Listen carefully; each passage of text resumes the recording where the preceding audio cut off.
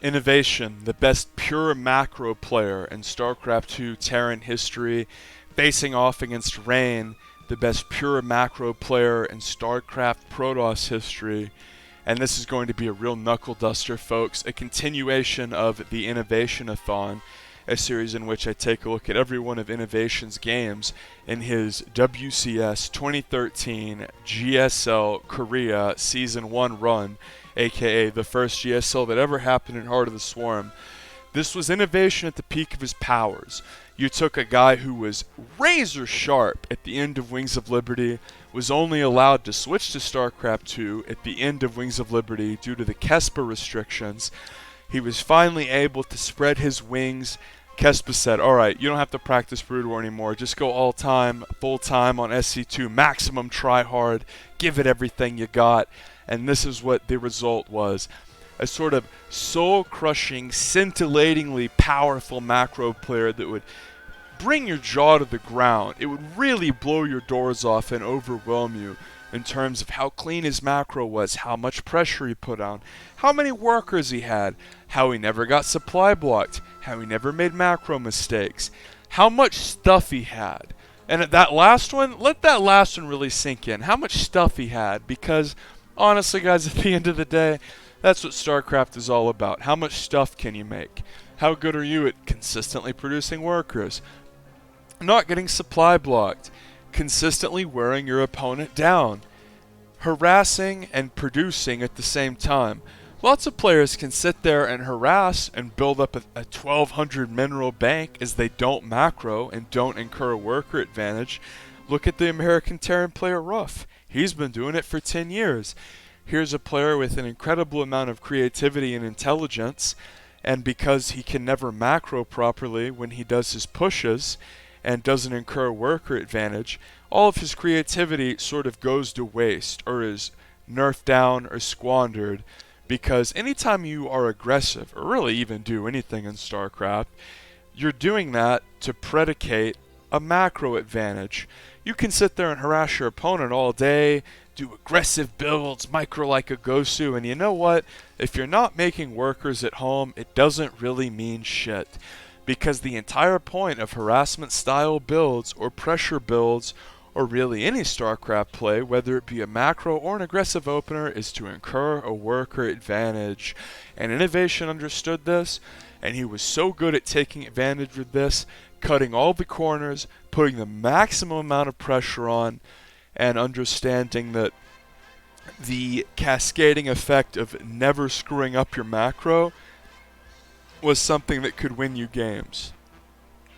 Because we look at players now, a lot of what they do, it seems fairly standard, fairly timed out. It's sort of established. Oh yeah, he's going to do Mind Drop into a bio push, and it's sort of like, oh yeah, you like nod your head along and you're sort of like watching with one eye as you play a game on your other monitor, and it's established. Everyone knew what's going to happen. You look at a PvZ now, oh, the toss is going Twilight. I wonder if he's going to do an Adept build. Great, and there it is. Hope the Z doesn't scout it, lol. At this time, wasn't like that. Not only did you have an insane amount of jaw-dropping god-tier legends, I mean, we're talking about Goku and Vegeta levels of fucking soul-crushing warriors here. Guys who would eat your lunch like it was nothing. Guys who you, at the time, the viewer, or even me, could play 100 times and never get close to beating. We're not talking about mid-tier pro gamers here who are a little bit better at the game than us, or knew a few fancy builds. We're talking about guys that would literally define the metagame for 5+ years. These were absolute S-class god-tier guys, and even way into the future in 2021, current day, where Innovation's in the damn military, we can still agree accurately that he was the best in this era in terms of macro Terran players, in terms of understanding, in terms of power spikes, in terms of really getting what the meta was about and being dominant in an era when StarCraft 2 was not only very popular, but at one of its most exciting points. And a Nexus cannon is fired up there. Of course, the Mothership Core could cast that onto the Nexus. It was not a pylon ability like it was later, and then after that it just got completely removed, the Mothership Core, so you could have batteries, which you sort of look at it now as you see Rain scout the medevac. I would rather have a Mothership Core than batteries, playing with or against Protoss. I think the battery is sort of a lame, hokey structure, and I think that even though the Mothership Core did some ludicrously abusive things to Zerg in PvZ, which, let's be honest, that was so much heckin' fun to do versus Zerg players, so powerful. I remember doing that to my buddies in Customs as we see a mine marine drop, and intelligently Inno sees all the stalkers there and he's like, screw it, your natural must be, oh crap, alright, well that has stalkers in it too. So Innovation, his drop does absolutely no damage and now it gets trapped. If you watch the Innovation-a-thon where he played Hyun, which was the last series, you really should be watching these videos in chronological order, and there's a playlist on my channel that will make it very easy to find these videos that you should visit. Saw those Hyun games, when Innovation started dropping, he gained momentum then and never relinquished it. This was a guy who, once he started being aggressive, even though he was making a quick third and spamming workers behind it, it still felt like you couldn't get off the back foot. He had the similar feeling as far as a defender's seemingly disadvantage as playing Marine King.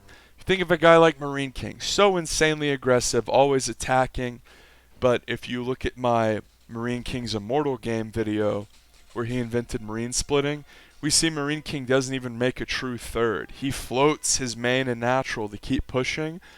Innovation was the guy who really understood how to macro properly and continue to put pressure on.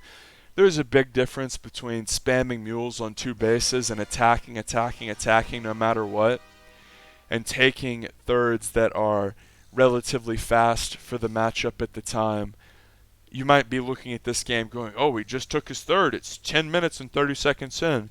HOTS was completely different as far as the metagame and third timing goes.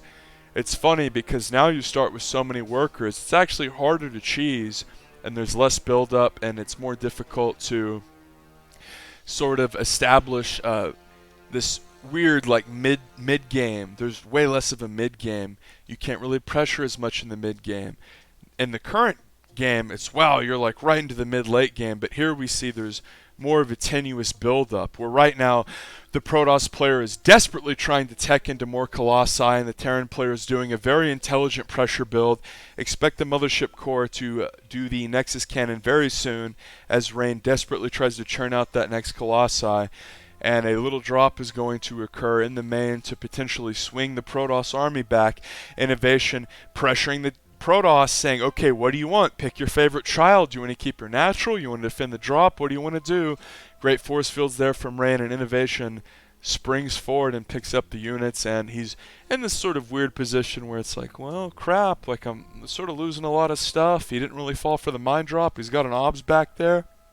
Remember, that cannon in the mineral line made it where Innovation's move of dropping the mineral line while he pushed the front wasn't really able to work, so he had to just do a contingency drop. Speaking of contingency drop, here's a big doopy droom one into the main, and the Protoss player will wheel their army back around.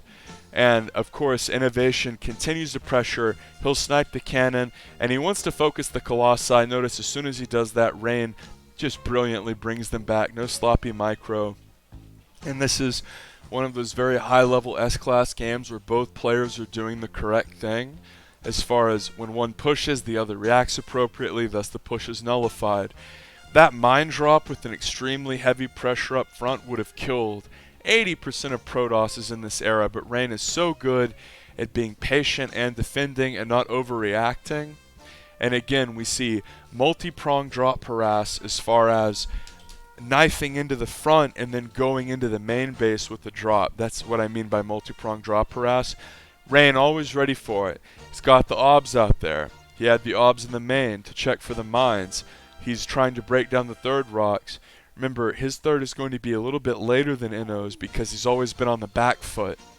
And here comes the third base, but Inno, of course, already has the advantage as far as eco goes. He's been rocking with 3cc for a while, working his way into a hefty Marauder Viking mix. whenever you face a bunch of Colossi, basically 3+ Colossi in this era, you need to do two things. You need to focus on focus on Marauders over Marines and start your Viking production maybe at a second port. Now you get into the mid-game so fast and like, oh, I got my Cyber Core before I can even blink. You don't really have so much of a build-up. You don't have so many decisions to make, and you're not really in a position where you have to think about as many things as far as there are timings that could occur in both Wings of Liberty and Heart of the Swarm, where now in Legacy of the Void, the freaking game ramps up so fast that you don't really see the mid-game in the same way. A lot of the Protoss-focused builds, it's like they're going Robo and Twilight, or like they make a Stargate at 3.5 minutes, and then they're going into another tech soon. Innovation has a huge army here. He has his 2-2 started, and he's going to do a big pressure push on Rain.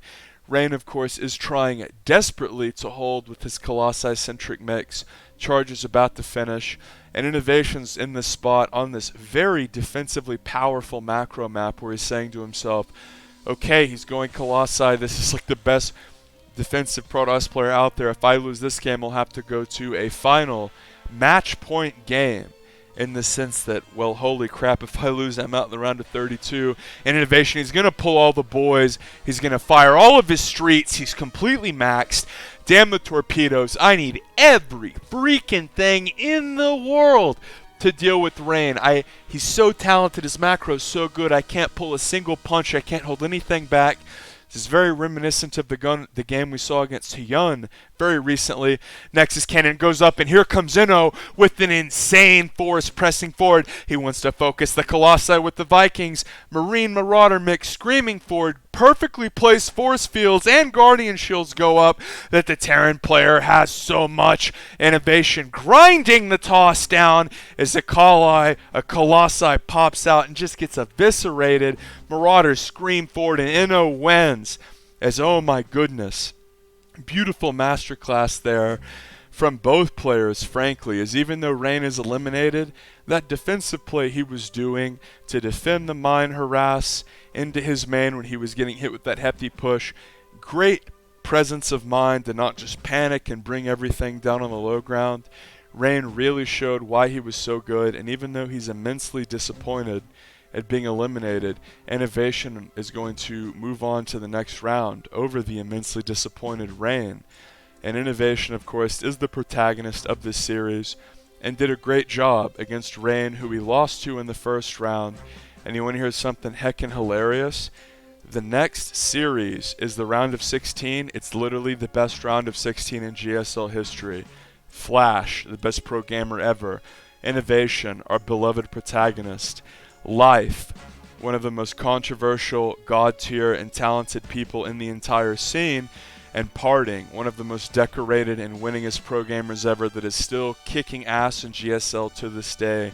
You gotta sub and hit the bell notification for that, because frankly, that GSL group was so amazing that my friends who hadn't touched the game in over a year were like, well, holy shit, those guys are playing? Even I know those guys. I'll watch it at like 6 a.m. my time. Absolutely amazing. So sub for more. The Innovation-a-thon will continue. You don't want to miss that group. It's going to be god tier, folks.